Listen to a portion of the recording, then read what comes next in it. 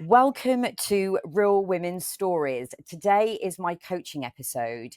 However, today is going to be slightly different. It's going to be a bit of a different format. Normally, I would deliver a coaching episode and talk you through a situation or an emotion. But today, I'm going to make this a little bit personal because something happened to me that I would like to share with you. And I think it's really important that as a coach and as a host of a podcast, I do share some personal experiences with you, especially when I feel that they could help you and you could resonate with something, a journey, a challenge that I have experienced myself.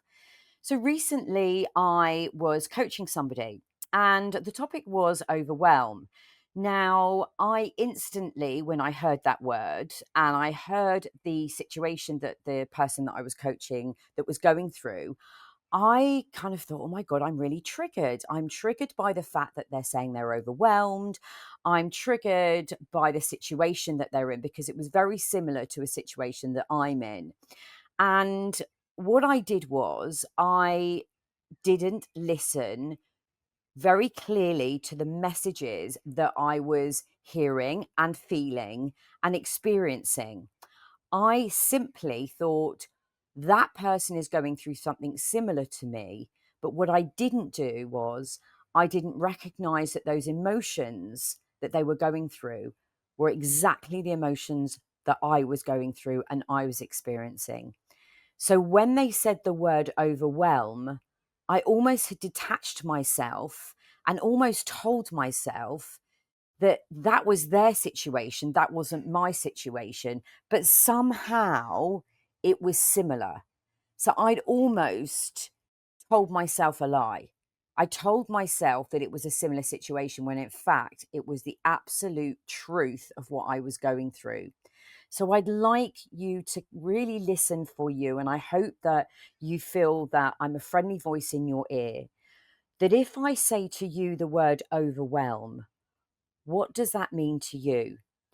Because if you're feeling triggered by that word, if it sets off an emotion, a feeling inside of you, please listen to that feeling and that emotion. Because I didn't, and I didn't recognize all the other physical aspects that I was going through that really was leading me to a downward spiral. And I was quite ill recently.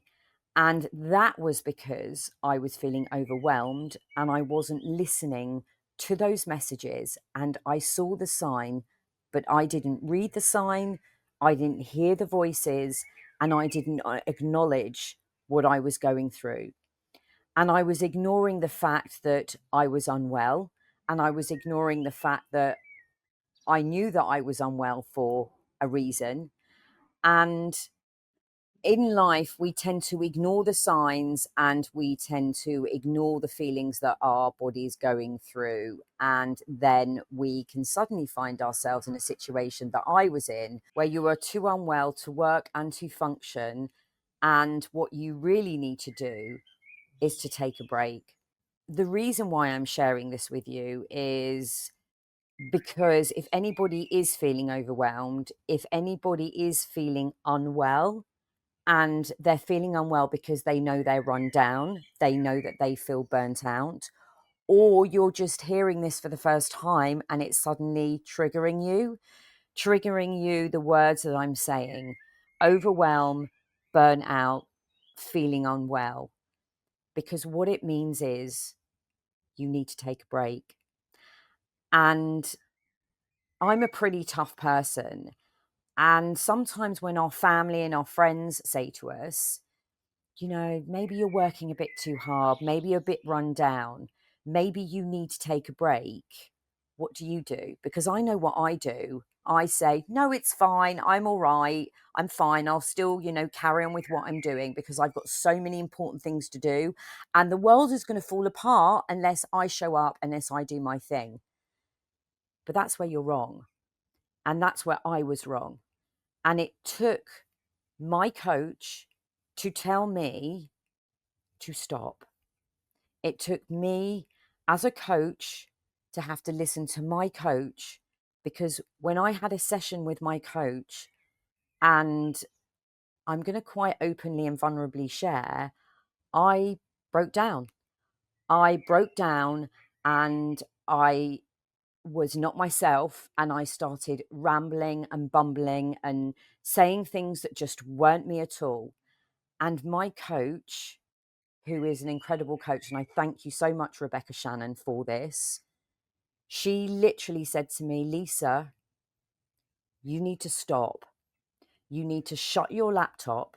You need to stop for 24 hours, and you need to give yourself some grace and some space and some self-care and some love. Now, that didn't mean me going off meditating and doing yoga. It literally, quite literally meant to stop and to only do the things that filled me with love, with care, and with things that would make me feel relaxed and would make me feel calm, because I couldn't function anymore. Unfortunately, I have a condition where I get stressed out, which causes a physical impact on me, and it becomes quite painful. I suffer with irritable bowel syndrome. For anybody who knows about that, and I don't know if this is too personal to be sharing. However, that has a knock-on effect on me physically. And I was in so much pain that I couldn't even function. My brain couldn't function. I physically couldn't function. I emotionally couldn't function. So whatever I was trying to do, I just couldn't do it. But I was still trying to push through, because I felt that I had deadlines to meet. I felt that I had things to do, and I didn't want to let anyone down, and I didn't want to let myself down, because everything is so important to me and I'm so passionate about everything that I'm doing. But what I did was I ended up hurting myself. So here is my message to you, because even as a coach, even as a host of a podcast, I sometimes have a wobble and I feel overwhelmed. And it is so important that we look after ourselves. And part of me sharing this with you is because I may not release as many coaching episodes, because I had to take a whole week off of doing these coaching episodes. And I had put a lot of pressure on myself to release them. I do 2 episodes a week. That's a lot to get out. And I have to prepare for them. I have to make sure that my content is going to be deliverable for you. And I didn't want to let you down, because you're my community. And I know that I've got a lot of support from everybody. But what I didn't do was look after myself. And in that process, I didn't actually deliver those episodes to you. So this is the second episode in this particular series that you're going to be listening to. And I hope by me sharing my story and the situation that I went through, and by hearing those words, overwhelm, by acknowledging the fact that we're being triggered by those words, that I would really love you to take a step back, to reflect, and also think, am I feeling unwell right now? Am I physically feeling unwell? Am I emotionally feeling unwell? Ask yourself those questions, because if you are, then you need to take a break, and you need to stop, and you need to do what Rebecca Shannon told me to do, was, Lisa, just stop. And if you're listening to this, please just stop. Just take a step back. And you know what I did? I cancelled everything that was not a priority on my list. And I took that time out. And not that this podcast is not a priority for me, because it is, but I know that I've got my guest episodes recorded, and I know that I'm not letting my community down, because I'm still delivering you content that is meaningful And that is inspirational and that keeps this community alive. It just means that I couldn't do my solo coaching episodes. And I wouldn't have been able to deliver this episode had I not taken that break. So if I am behind on my episode, you know why. If there is a week where there isn't a coaching episode, you know why. And I know that I haven't let you down. So what does overwhelm feel like? For me, overwhelm felt like I had, well, first of all, I wasn't sleeping properly. Secondly, I just felt like I couldn't think, I couldn't take any more information in. I couldn't absorb any more information in. I started making mistakes. I got a parking ticket, which I never do. I was driving my car and I remember coming home and I said to my husband, I've just done the wheels on my car and I never do. I'm really careful. And it wasn't just once, it was twice. I don't know if anybody has kind of done that before. You know, when you turn a corner in your car and you just slightly catch the side of the wheel on the curb. I wonder why that is. Because I wasn't concentrating. My head was not in a focused state. I was making mistakes. I was forgetting appointments. I was turning up late. I was feeling that every time I opened up my computer to try and deal with something, it was taking me far longer to deal with that project because I couldn't be focused. I kept saying to my kids, if they were coming up to me asking my questions, I'm sorry, I can't deal with you right now. I just need to focus on this one thing. When I don't have time for my family, when I don't have time for the people that I care about, that are a priority in my life, that for me means that I'm overwhelmed because I can't cope with what's going on. And we really have to step back and think, who's a priority in my life? What projects am I dealing with that are a priority? What things can I release that are going to make me not feel so overwhelmed? So it's about recognizing those feelings, about feeling off, not feeling right, recognizing that I'm turning up late. I'm having little knocks when I'm driving, with my wheels when normally I would never do anything like that. Feeling nervous and feeling anxious and not sleeping well. And for me, I was in a lot of pain and I was trying to push through that pain. And I'd even gone to the doctors to get some medication. But even though I'd done that, I didn't actually sit back and reflect and think, why am I in so much pain? Why am I feeling like this? We're so strong. And as women, we just tend to just keep on going. And I know for me that a lot of people will look at me thinking, she's strong, she's tough, she can keep going. So people don't ask me how I am. They're like, how's everything going? And I'm going, yeah, it's great. The podcast is going great. My coaching is going great. I'm off to Spain soon. Everything's great. I didn't actually listen to what they asked me. How are things going? Really, how am I? How am I? How am I feeling? That's what I should have really been asking myself. And that's what I should have been listening to myself. And if it wasn't for Rebecca, who had asked me how I was feeling and who I knew that I could trust and who I had a support system with, I actually don't know at what point I would have stopped. And if I hadn't have stopped when I had stopped, it gets me thinking, would I have hit burnout? Would I have made myself seriously ill to the point where it would have been more than a wobble?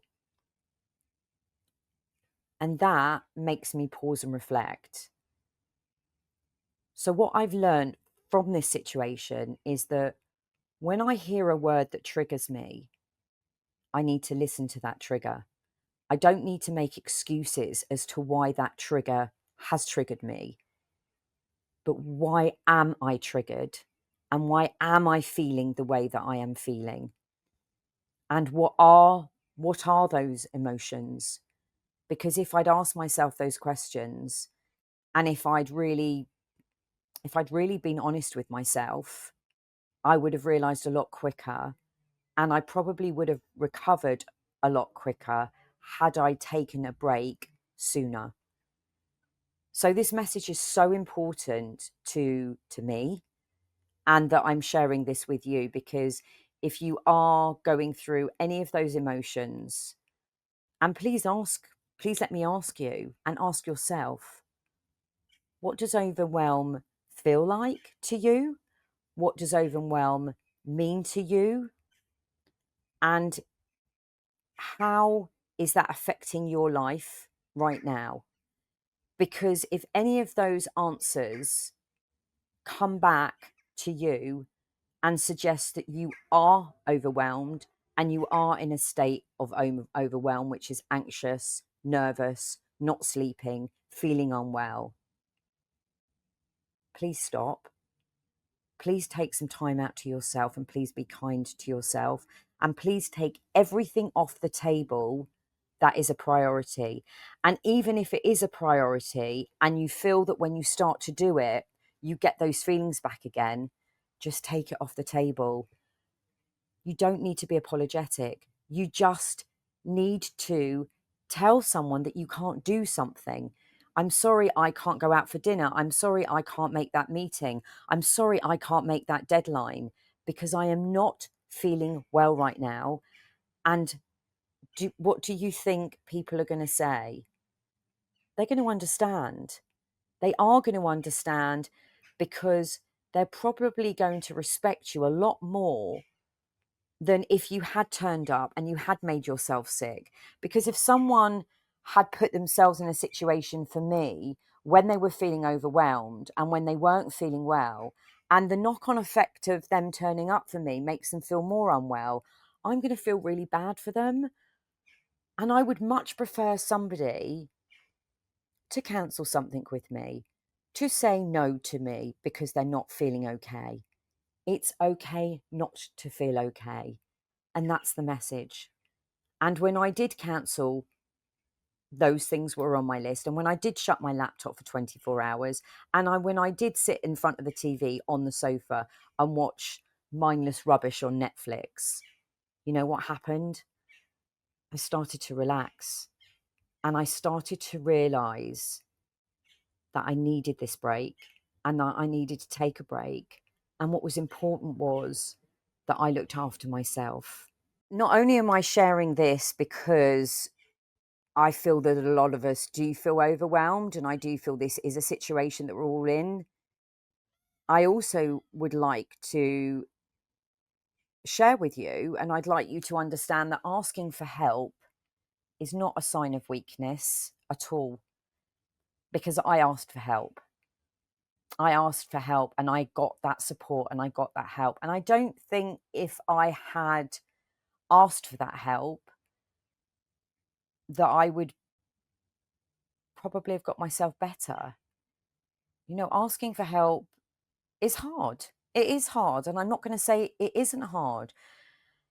You know, my husband was away, and when I told him that I was taking a break, I'm actually going to read you the words that he sent me in a message because I think it's really important. How are you feeling? I said, not great. I've had a little bit of a breakdown with my coach, and she's told me that I need to take a break and cancel anything I feel I can't do. That's the issue. I don't want to. I have agreed to take tomorrow off and see how I feel Friday as to whether I podcast on Saturday. I really feel low and the pain is taking it out on me. I feel stuck, like I can't move or do anything. It's my worst nightmare.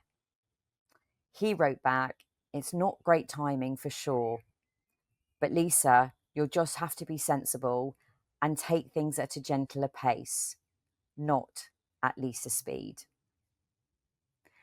And then he wrote, I'm glad to be coming home tomorrow because I need to look after you. Now, those words really were important to me. So not only did I reach out for help with my coach, I also told my husband. And you know what? I'm the rock in this family.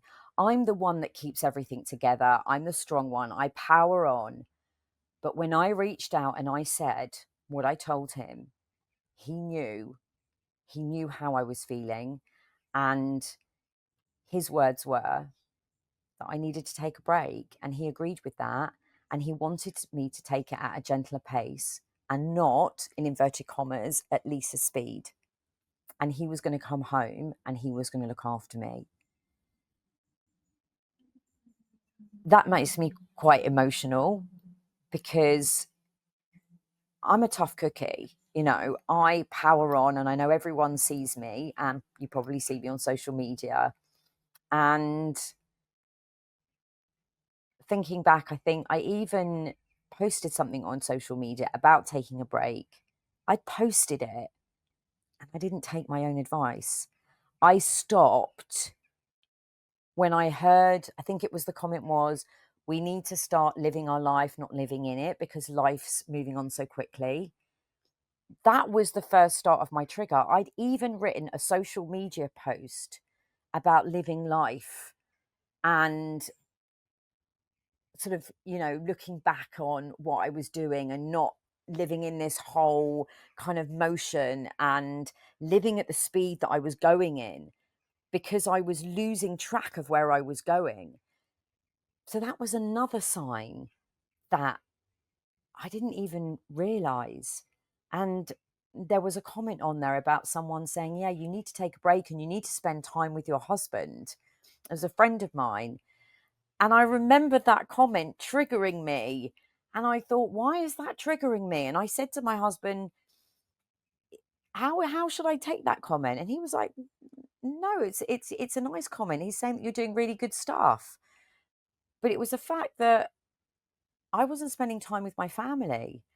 I was doing so much stuff and working so hard that the people that are a priority in my life, I wasn't spending time with.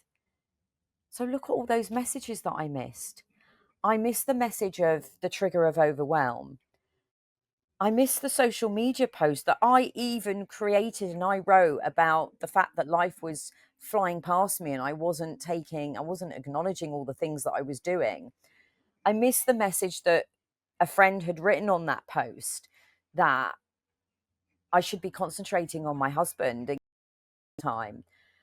I missed the message that I was pushing my kids away because I was so busy, and they're a priority. They're a massive priority in my life. And the word of overwhelm, that big trigger that I had, I didn't listen. So I'm not going to say I hope you've enjoyed this coaching episode. I hope this episode has, if it's resonated with you, if you know anybody, if you see anyone that's going through what I was going through, like my coach saw with me, like my husband saw with me, maybe get them to listen to this episode, share the episode with them, just have a conversation with them and ask, how are you doing?